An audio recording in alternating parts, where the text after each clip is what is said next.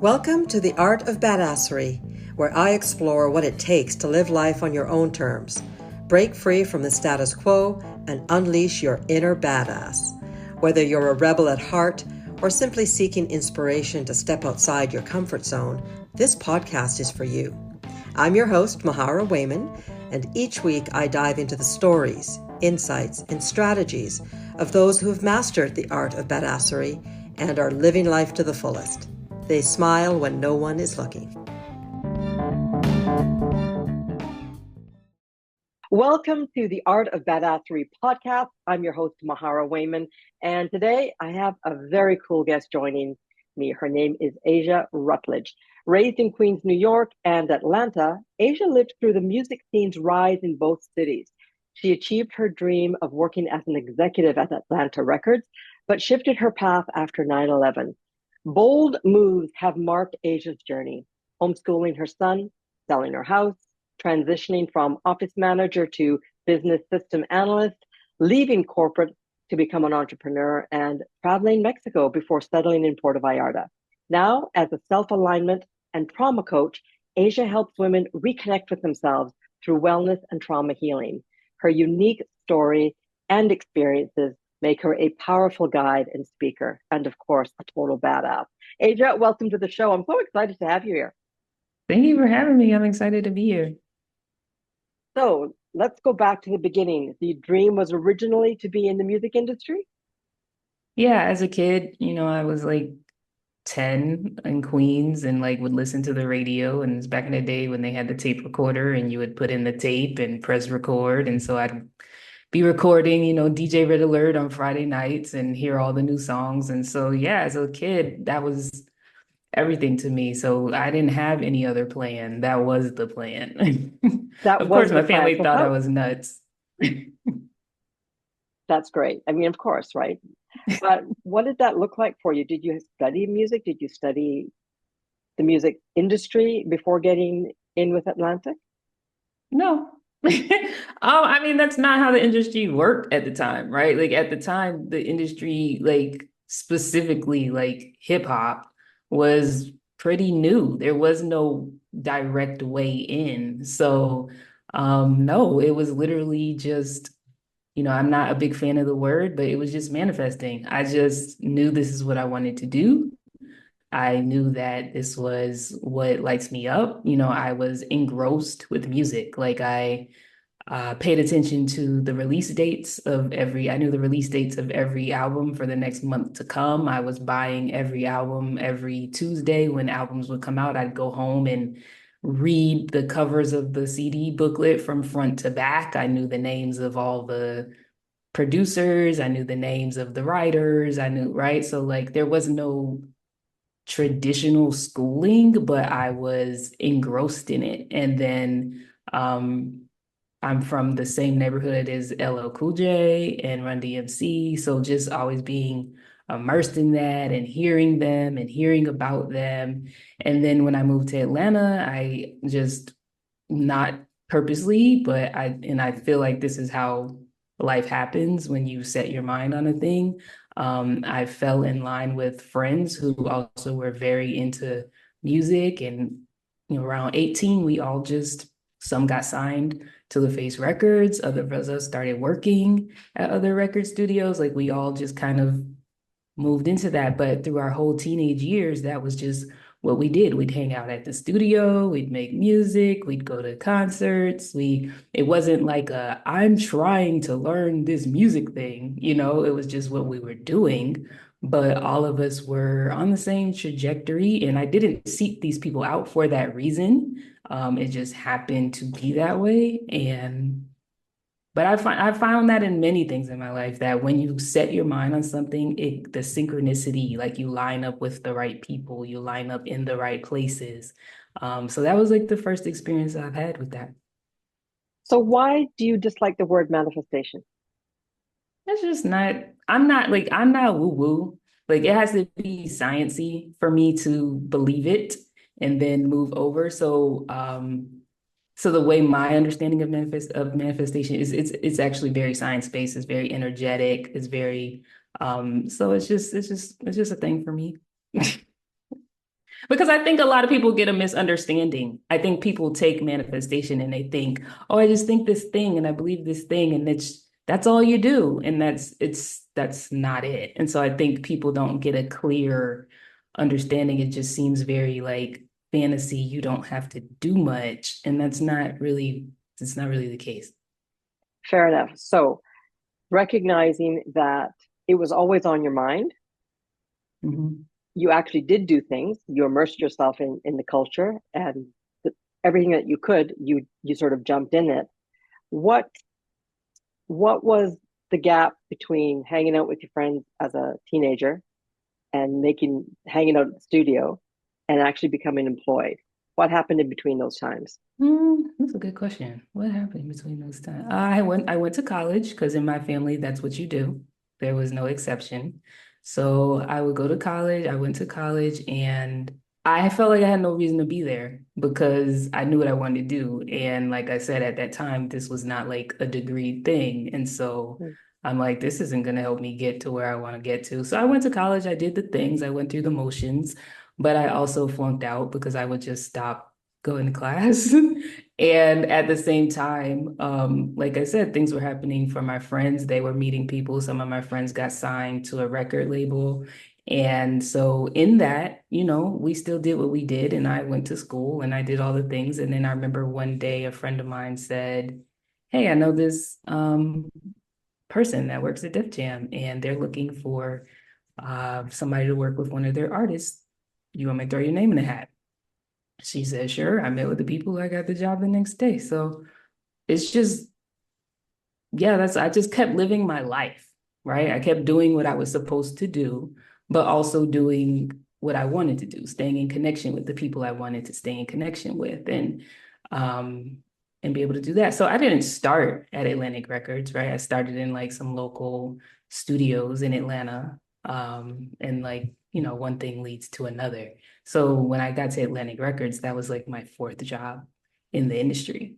But starting where you are, starting at home, when people say, hey, somebody needs this job, you want to do it, say yeah. So So how yeah, of long course. were you in the business? I would say 5 years because when 9/11 happened, I was like, yeah. And I had been seeing some stuff in the business that was really making me question if this was where I wanted to be because the values were not lining up with my values. Okay. And I was seeing things that was really weird around women. A lot of stuff that has come out recently that I was seeing it back then. Nobody was talking about it. It was just kind of like, this is what you do. And I was like, yeah, this is not what I'm gonna do. And then 9/11 happened, and I was like, well, maybe this is the out because this doesn't feel good. Okay. Was it hard to sort of say goodbye to that dream and walk away from it? I will say this. If it was like a decision that didn't have a catapult around 9/11, yes, it probably would have been incredibly hard. But 9/11 like overrode like anything because I was literally in Manhattan on that day, stuck in Manhattan. So that was like it just trumped everything, right? It was Yeah. like Yeah. yeah, I'm getting out of here. Like I don't want any parts of this. And so it just overshadowed, any feelings I had about it. And then when I came back home, it was like, okay, let's figure out what we're gonna do now. But if it was like just me trying to just make the decision, which I had been thinking about before, but not acting on making a decision, and then came to that, yeah, I'm sure it would have been pretty difficult. And I definitely had times in my life moving forward where I looked back and like, maybe I shouldn't have left. Maybe I was like, just too reactive. And maybe if I had stayed, things would have panned out different. So I've definitely thought about it. But in that time, it was all about 9/11. Like, yeah, I'm not here for this. Fair enough. So what do you think you learned about yourself during that time when you worked in the music industry? Yeah, I learned to believe in myself. I learned that no matter what other people think and what other people say about you, like if your belief about what you want is strong enough, and if your belief is going to drive you to see through what you're desiring, then like you just got to stick with the belief that you have about yourself because people are going to say all kinds of things. People are going to think you crazy. And the minute that what you've been saying for so long starts to come to fruition, like people change their tune immediately. Like I remember overhearing one of my aunts saying, because when I was in school and I dropped out, and they some of them would act like I didn't drop out. Like they'd still be like, "So how's school?" I told you I haven't been in school for like 3 semesters. Like, just stop asking me this. And then like when it seemed like, oh, like Asia's actually like working with real people, like Asia's actually going to the Grammys, like oh, this is what's happening, then it's like Asia might be the first millionaire in the family. Like Asia, like the tune completely changed, right? And Mm, so what I learned in that was like, if you believe in something and you know that you can do a thing and you have the passion for it, it doesn't matter what anybody else is saying, that you have to stick with your belief about yourself and of course do the work with it, but don't let those people deter you because they can't decide what happens. Only you decide what happens, right? And so I learned that, and I learned that like the power of unwavering, um, being steadfast in something, like not having any doubt about anything, right? Like I did not have a plan B. And I know people talk all the time about like you have a plan A, you have a plan B. I had no plan B. To me, plan B would have been doubting that plan A was going to right. work. Right. And so it wasn't even like conscious that like, no, I'm not going to get a plan B because of this. It was just, this is it. Like it was so unconscious, but it was so like, there's nothing else I want. This is it. I don't care if y'all tell me to go to school for this. I don't care if you tell me this is what I want. And so I learned like the power of having that relentless belief about what you want. It does things. It does things in the world. It does things in the universe. It does things in molecules, in energy, and it's powerful. But so many times it's hard for people to get to that place of doubt of like, it doesn't matter what anybody says to you. You're like, yeah, okay, whatever. And then you just keep going. It sounds amazing, and I totally understand what you're saying, and I believe the same thing. I'm curious though, you went to school when you didn't want to. That wasn't part of the belief. So, what was it at that time that allowed you to go, okay, fine, I'll just do what you want me to do, and I'll leave this on the side for now? Because I'm hearing two different stories, right? You've always had this belief, and yet something happened to make you want to go to school, or No, no. So you can't take no? things out of context, right? So you Okay. have to keep things in context. So what we're talking about is my internal thoughts, my internal beliefs, my internal Mm-hmm. actions. Now put me in context of my family. That's incredibly traditional. That the only thing my grandfather talks about is how all his kids went to college and now they're professionals. That the only thing they talk about is that you are going to college. It's not if you go to college, it's not do you want to go to college. They don't even Okay. ask you. You just know that's what's happening. So when I'm going to college, it's not that I wanted to go, it's this is completely what's expected of me. And I have not at that age, like I was a teenager, I was 19, 20. I have not gained the resilience and the healing within myself to be able to put up boundaries and say, this is not what I want to do. This is not the path I want to take. This is so I'm doing what I'm doing in parallel to doing what they are telling me I'm Got it. supposed to be doing. Right. And so I'm not giving up my dream, but I'm also not trying to deal with combating them. It's just this, and to be honest, I don't even think it was conscious. It was just I'm doing what I'm supposed to be doing. I'm a teenager, Okay. I'm 19. This is what they say you do. This is what I'm doing. Even though I was fully aware I hate doing this. This school sucks every day. Like I don't like sitting in these lecture halls, right? And that's why I dropped out. Like I did things in my own way, but I didn't have the ability at the time to stand up and say these things to them. And so it was like, okay, I'm going to do what I'm supposed to do. But then when I realized like I absolutely actually hate this. And so it wasn't like withdrawing, it was just I'm just not going anymore. And then when they say, how's school? Oh yeah, I'm not in school anymore. And but then at the same time, it was I also have this job now. So you can't say, well, what are you doing? You're just sitting around. No, I Mm. have this job, right? And so so the context is important because now as an adult, I can say so many things, since I've healed and done the work that I just didn't have the ability to even have the words for at 19 years old, even though I still had my own dreams and desires and was determined to do it. I was just trying to make it work in the environment that I knew and what was expected of me. Fair enough. And thank you for clarifying that. And the truth is, no one said it was easy to be badass, right? No No, one it's said it not. was easy It's to hard. it's hard work. And Yeah. it's I think it's really it's a great reminder that when we're young, we're learning. And Hmm. it is possible to have a dream and be steadfast in the dream, but also to go along with what you're used to and what's expected of Hmm. you. So thanks for highlighting that.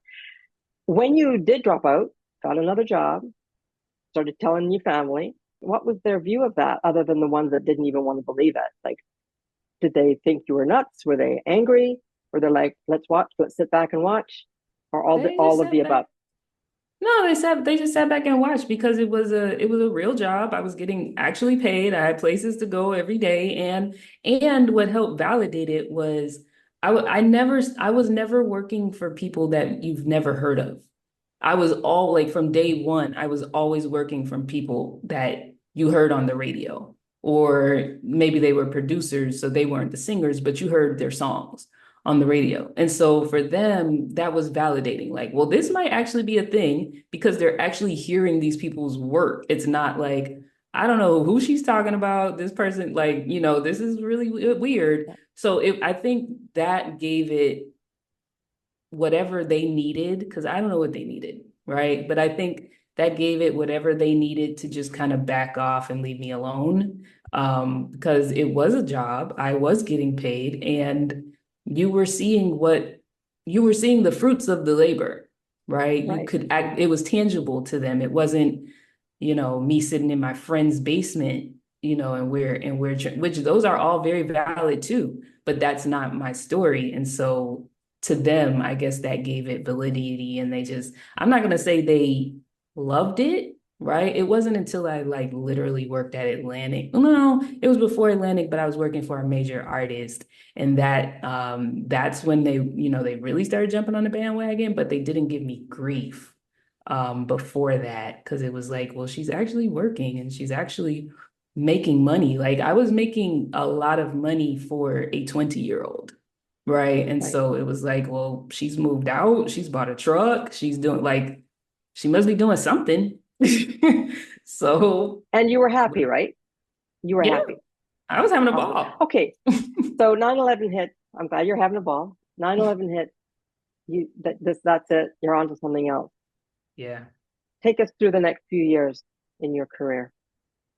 I went to I moved back to Atlanta, and I just got like an office administrative job because in high school, I had taken like an office administrative class. So it was like I was good at office skills. I knew that could always be a fallback for me.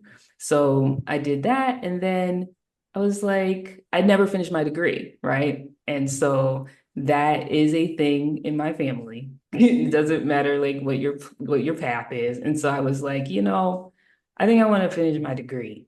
But because of my experience, I was very clear that I could not go to the traditional school. I could not sit in lecture halls.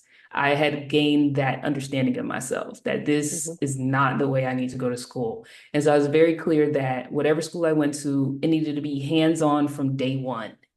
Like usually you wait till you junior, senior, they need to start me touching the things at first year, right? And so actually I found a school in Chicago. I remember having this whole conversation with myself about, do I go to school for the music industry? Because I kind of just did that on my own, right? So is that like a waste of money or would it be helpful? And so I was like toying with going to school and actually getting a degree in music business. And then I write. I'm a writer. I've always written, and I really like TV. And so I was like, maybe I'll get a degree in television writing.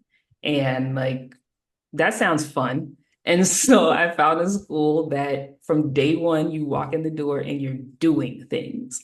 And they, very, very artsy. And so they had degrees in television writing. And so I was like, that's what we're going to do. So I went to Chicago.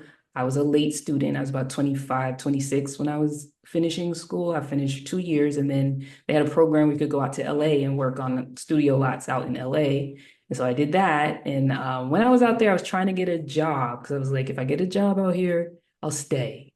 But I was older, right? And so, like, you have a different mindset when you're older than like when you're doing these things as like 18. And so, what I could not grasp in my head was like, people are living with like 6 or 7 people to make this happen. Like I had lived by myself. I had done my own thing. I'm like, I don't think I'm gonna be okay like living with 7 people to like do this thing out here. And I'll never forget, I almost got a job on Everybody Hate Chris. It was like just like it was brand new. Nobody knew what the show was. And she was like, it was just this person just had this one thing over you. Like otherwise, I swear we would have hired you. And and that was my thing. That was my decision. If I get this job, I'm staying. If I don't get this job, I'm not staying. And so I went back home to Atlanta, and that was the next few years. So then I just kind of went traditional corporate. I ended up getting pregnant, so it was like, let's figure out how to make money steadily. So that led me into corporate administrative office manager type stuff, and that really was like a joy killer. That was not the thing. That was All right. not the So thing. when did you decide to go it on your own? Ah, that was we've skipped some stuff, but I decided to go on my own. I have been working as a business systems analyst, HCM lead, depending on what the job was. And I had been working from home. I had been slowly working from home. This is before working from home was a thing. Like I had been always working in tech companies. And so they were always trying to be, forward moving. And so it started at one company where like we'd work from home 1 day a week. And then I moved to another job where it was like, well, only come in, 2 days a week. So I had progressively gotten jobs where it's like you just work from home. And my final job, I was completely remote. And by the time I had my son, he was like, in kindergarten or something. And so I needed to be remote. I was a single mom, he had appointments for doctors and stuff. It was like, I can't come into an office and manage all of this. And so they got a new CEO, and the new CEO decided that she hated work from home. And so she decided everybody needed to come into the office. And so they told me, start looking for a different role that you can come do in the office. And I was like, yeah, I'm gonna just need you to give me my severance package.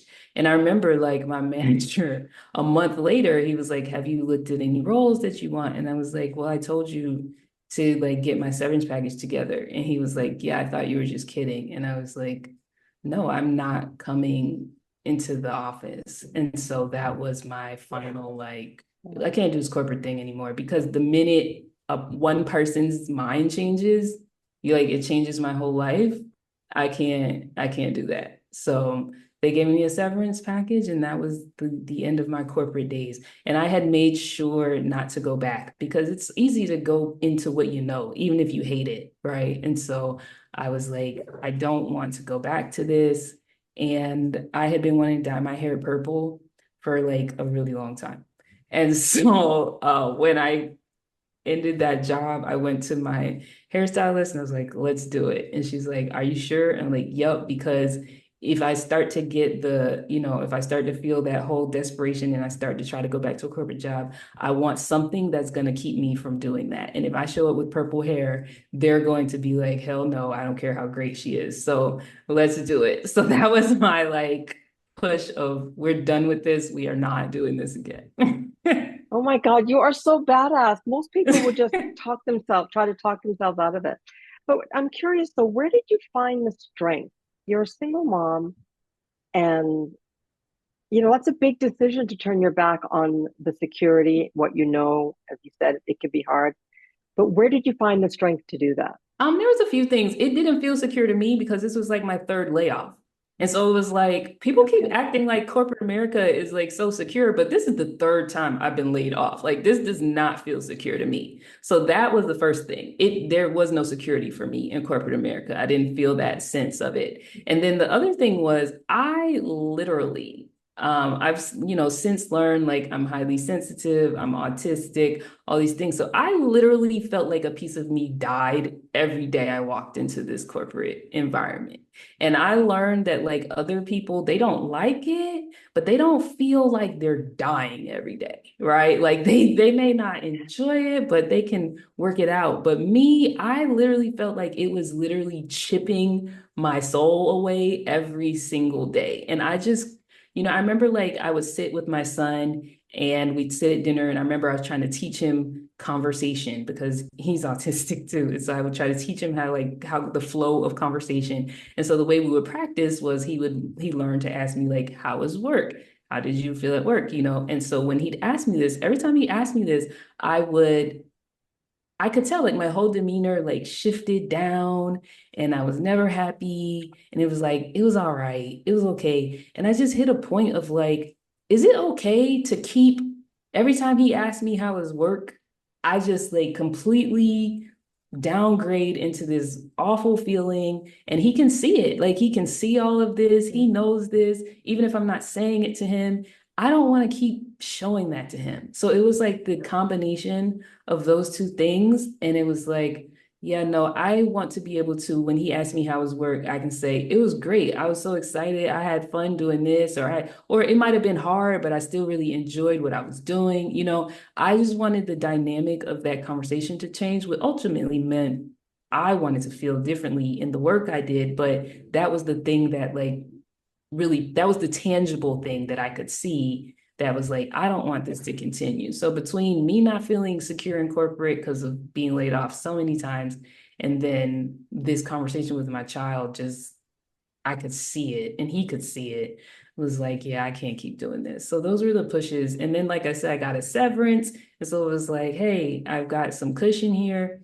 Let's just call it a day. I don't like it anyway. So, so good. And I've heard from other guests and my own experience as well, because I've got two children. I There have been times in my life when I've looked back on them and interactions I've had with them, and I realized that they're not only am I here to help raise them, but they are here to help me learn lessons. If Yep.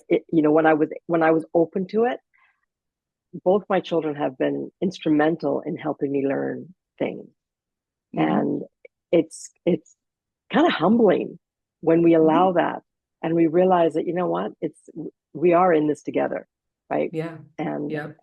I remember feeling so blessed that I was willing to hear the message that Yeah. they've both times that they've been trying to tell me things. So so so good. How old is your son today? He's 17 today. What? Yeah. You don't have a He's 17-year-old. yeah, he's a big guy. That's fantastic. So Yeah.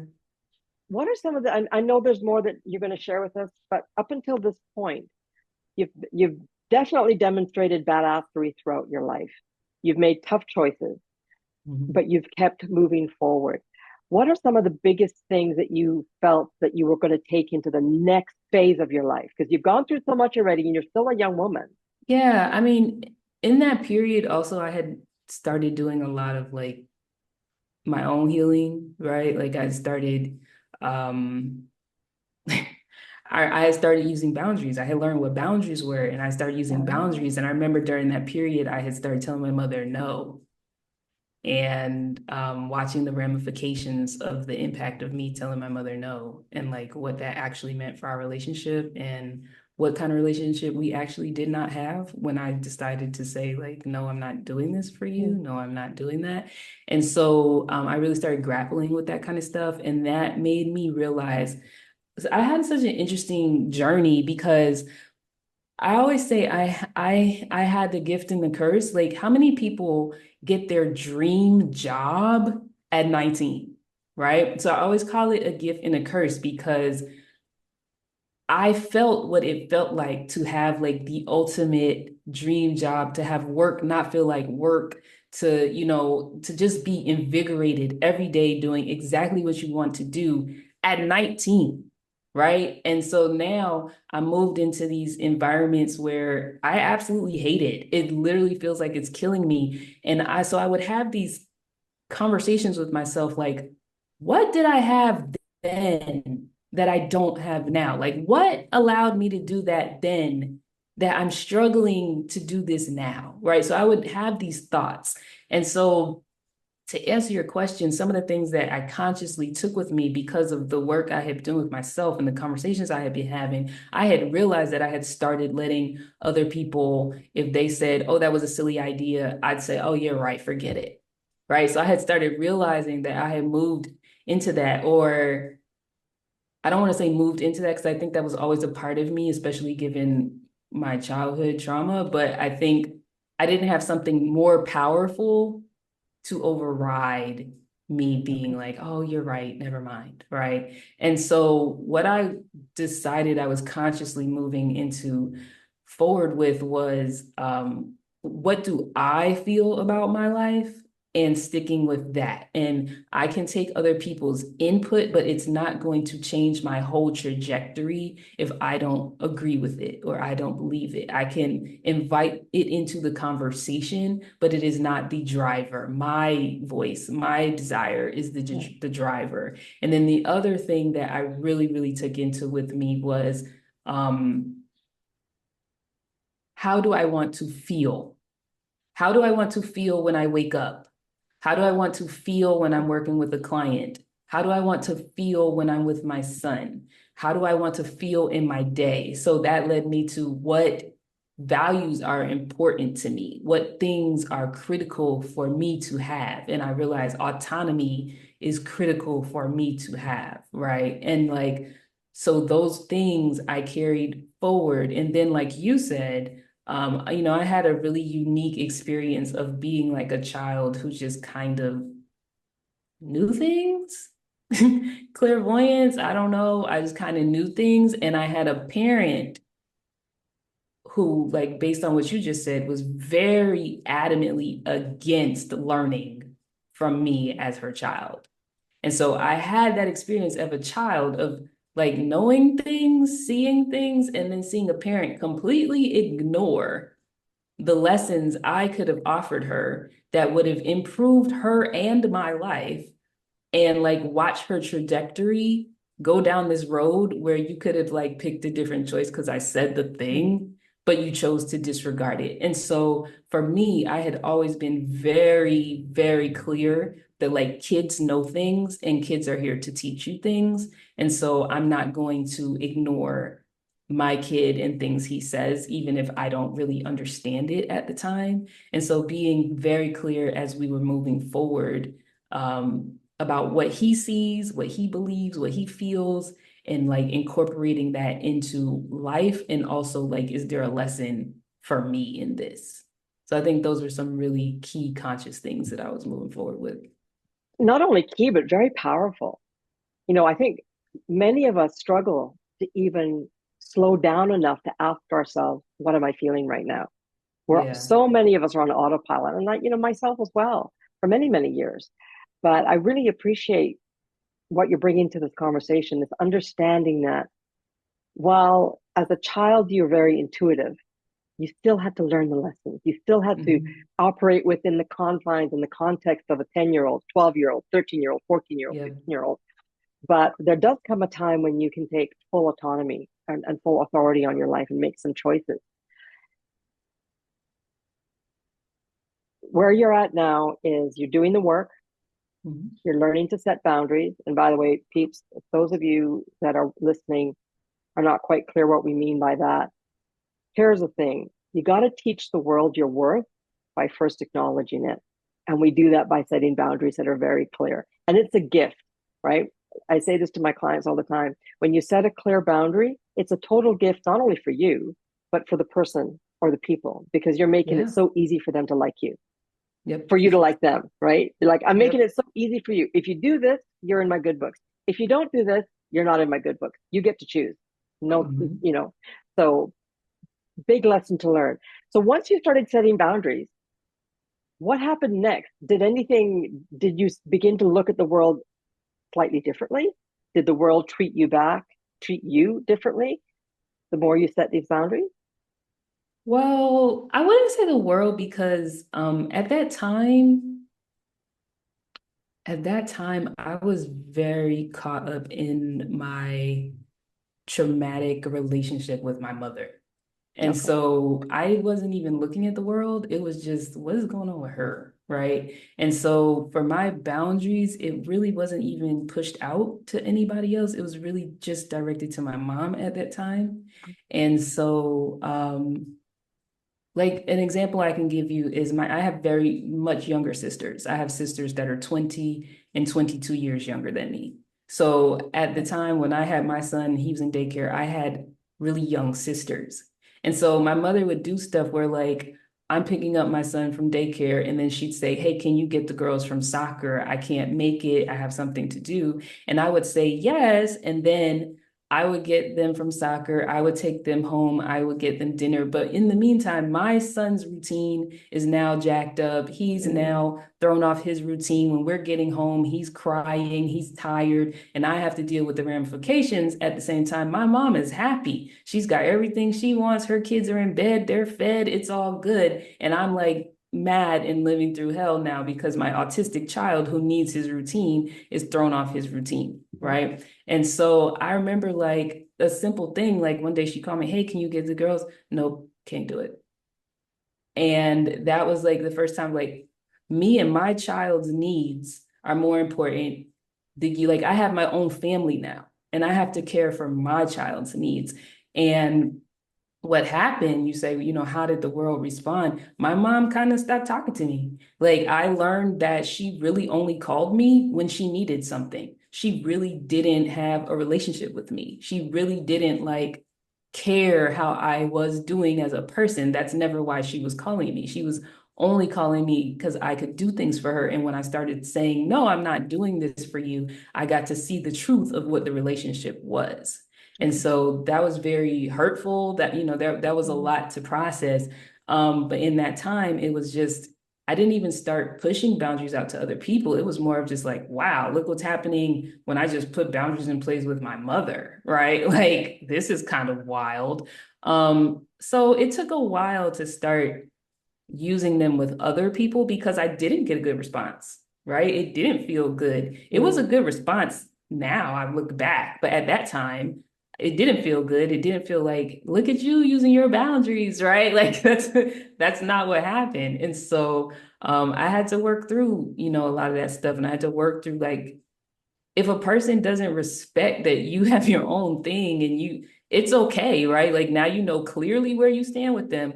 But at that time I didn't have that language. I didn't know those things. So no, it didn't encourage me to like push them out again onto other people and all that. It wasn't like a loving, yes, look at this. My journey has been very difficult. And so, but I was determined. Like I had started to learn that I get to feel in my life the way I need to feel in my life. And my son gets to have the things he needs, and other people's needs don't override that. And so, even if I'm terrified, because I was the first few times to like, no, to say no, it wasn't easy, even if I'm terrified, what we need and what we deserve is more important. And so, what it did start to do was give me the courage to say, because that was the first time I started saying, "Hey, I have needs too, and they matter." I had never done that before, really, right? Not in that way. And so, like I said, I was working in music, but I still went to school. It wasn't like, "Hey, no, this is not what I want to do. I want to do that," right? Like I didn't do that kind of thing. So this was the first time I started to be like, yeah, no, my needs matter sometimes over yours. And that's going to be okay. And if you don't like it, that's okay too. And so that is what I started taking for me across like the board with other people. I start to be like, well, what are my needs in this situation? yeah. And how am I going to make sure that those get met too, not just trying to help other people and trying to meet other people's needs. So it didn't fully push out to boundaries, but it did start this internal conversation around like, what does this start to look like with other people when I have needs too? what a great realization that, first of all, that you have needs. We all have them. So many of Yeah. us struggle with acknowledging that, even Mhm. to ourselves, much less to other people. So, first of all, I just want to say, I really commend you for the courage that it takes to navigate an intimate relationship that is disappointing and hurtful and all of those things that you've experienced. That definitely takes badassery, it definitely takes courage.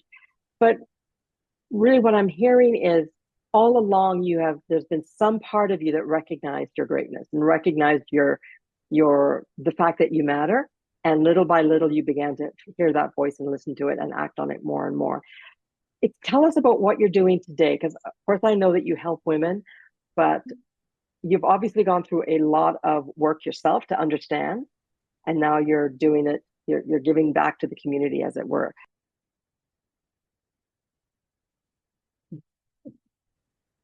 I do want to say, it's funny what you say. I never really thought about it in that way, but I will never forget.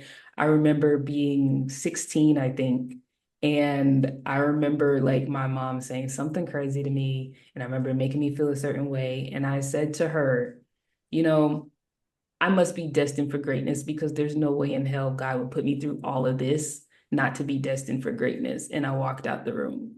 And I don't know where that came from, but I've never forgot that I said that. And because I just remember, like, this is hell. This is all completely Oh, hell. And like, I don't know why I would be going through this if I'm not going to be like this some miraculous, amazing thing at the end of the day. Right. And I remember like she did not like that I said that, but I did have that belief. Like I was sincere in saying that, right? And so somewhere, like you said, I always had this underlying belief, no matter if it was super buried or not, but it was there. And so, yeah, what you're saying is accurate. What am I doing now? Well, now I believe healing is a lifetime experience. I don't think you ever get to a yeah. stop, a stop point and like, hey, it's done. And so for me, I'm personally still continuing my healing. It's so amazing the layers that, you think you've done a thing and then like what brings stuff back up. But in that context, also, because I have done the last 4 years have been intense trauma healing. And so in the last year and a half, I would say, I've started to have the capacity again to like learn other things and help other people. And so I went ahead. I'm like like I'm a research fanatic. If I don't understand something, I have to make it make sense. And so that's when I like dig into my research and I will go nuts, literally. And so I always joke that like I have a PhD in autism because when my son was little and got diagnosed with autism, I spent like 7 years like every night from 10 to 3 like just studying autism. And so now I joke that I have a PhD in trauma because I basically did the same thing Mm. for the last 4 years.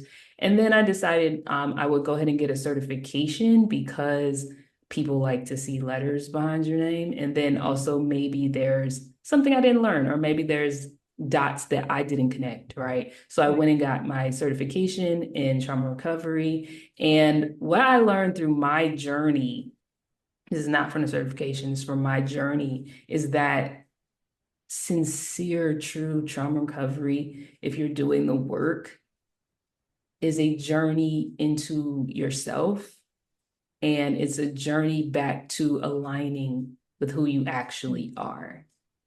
Because trauma separates you from who you are, from your needs, from your wants, from your likes, from your desires. You're manipulating your entire self to adjust to these parameters that the environment or people or what have you have put around you. And then you take that and continue it because you think that's who you are or how you should maneuver this situation, even though it's not helping you in any way. And so I found that it's actually like a really true spiritual journey back into alignment with who you actually are. And so I help people to do that because I find that so many women are living lives that are not actually the lives they want to be living. And I find a lot of it starts, especially women, because we're taught to be good girls, right? And what does being a good girl mean, right? And it means you silence yourself. It means you placate, you do, right? All these things that really strip you of who you are and your humanity. And so learning to try to be a good girl and be accepted, you are detaching from yourself and you don't really know who you are anymore. And so helping women to get back to that place so that they can actually like enjoy the life they live and they can actually learn to walk forward in self-alignment. Because I think when you can walk in self-alignment, then it's not difficult to use boundaries. It's not difficult to say what you need. It's not difficult to identify a person and say, this person is just not a good match for me. Doesn't make them a bad person, but they're not a good match for me, and I'm not going to try to make this fit, right? Like it's when you're in alignment with yourself and you're clear around who you are and what you need and what's important to you, and also that you deserve, right? You deserve to be seen, you deserve to be accepted and understood. And you're not going to like twist and taint that for other people just so you can fit into their box. Then you move in the world in a completely different way. And the other thing is, like I said, I'm a research nut. So when you are out of alignment for yourself, it is also actually very harmful. There are actually biological things happening in your body that are leading to disease. And so, one of the things I started doing with myself when I was like hesitant to either say a thing or keep my mouth shut when I really wanted to say a thing, I'd remind myself, this is taking me out of alignment with myself. And what's the physical effect of this? It might not show up today, but it might show up in a month. And am I willing to deal with that? Right. And so I teach women about how to understand that on a biological level and a trauma and a spiritual level, and so that they can walk in alignment, whether they change their whole life or not, right? Like you can do the same thing and it still be different because internally it's different. Yeah. So, Yeah. so good. I loved how you explained this understanding that life gets easier when we are ourselves, when we Hmm. stop hiding, when we stop pretending. We talk about this quite a bit as coaches. I'm sure you do as well. This idea that we wear a mask for lots of reasons, but Yeah. when we give ourselves permission to take the mask off and really investigate who we are, and Hmm. and step back to that beautiful essence of ourselves, life gets easier. To your point, whether you do the same stuff or not is not Yeah. necessarily the question. It's how we feel as we move through life. It's how Yep. we feel as we introduce ourselves to people. It's how we feel when we have a challenge. And I think there's a misunderstanding that when people go on a journey of personal discovery, it's all sunshine and roses. Bullshit. It's work, and tough things still happen. But the more aligned we are, the less it actually hurts. The more we can navigate Yeah. it with ease Hmm. and grace rather than fear and trepidation. Thank you for sharing that with us, and thank you for sharing your journey. Bottom line is, we are blessed to be here. And Yeah. if we're not happy with how we are feeling, we can question it. In fact, from one badass, from two badasses to everybody listening, please question it. If something doesn't Yes. feel good, just take a breath and say, okay, what exactly am I feeling? And how do I want to feel? I really appreciate your sharing your journey with us today. If you're interested, of course you are, check the show notes, because everything that she has to offer, I'm going to include in the show notes. Because if you are hurting, if anything that my guest Aja has shared resonated with you, please reach out to her, ask for help, do some research, because it is possible to walk through life feeling graceful and easeful and loved, because you absolutely, that is your right. Aja, any last minute or last few tips for our listeners on how to feel badass on a regular basis? Yeah, something I would say is that there was a period in my life that I never thought I'd be here. And when I say here, I don't mean physically, I mean internally. I mean, the contentness that I feel, the lack of concern that I have when I express my needs, and that if somebody doesn't like it, whatever, right?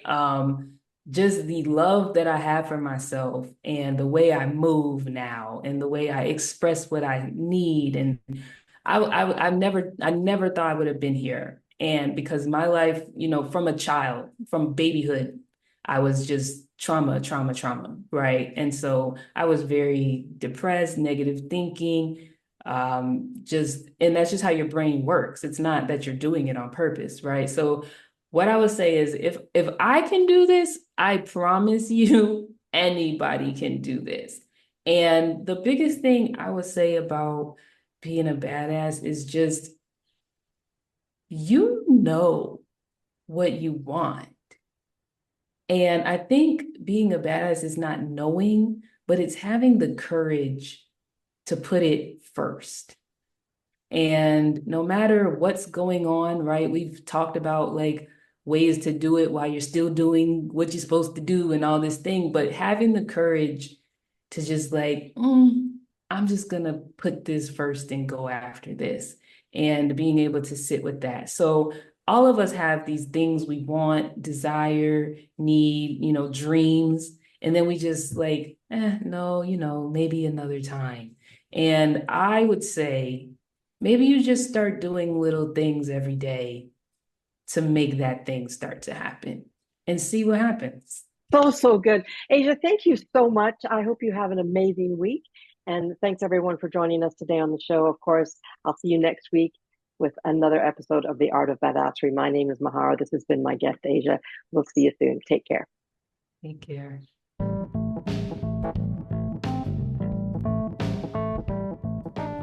Thanks for tuning in to another badass episode. Your support means the world to me. So if you enjoyed what you heard today, don't forget to like, share, and rate the episode on your favorite podcast platform. Your feedback keeps the badassery flowing. And hey, if you're ready to unleash your inner badass and conquer whatever life throws your way, why not book a complimentary badass breakthrough session? Just click the link in the show notes to schedule your session, and let's kick some serious butt together. Until next time, stay fearless, stay fabulous, and of course, stay badass. This is Mahara signing off.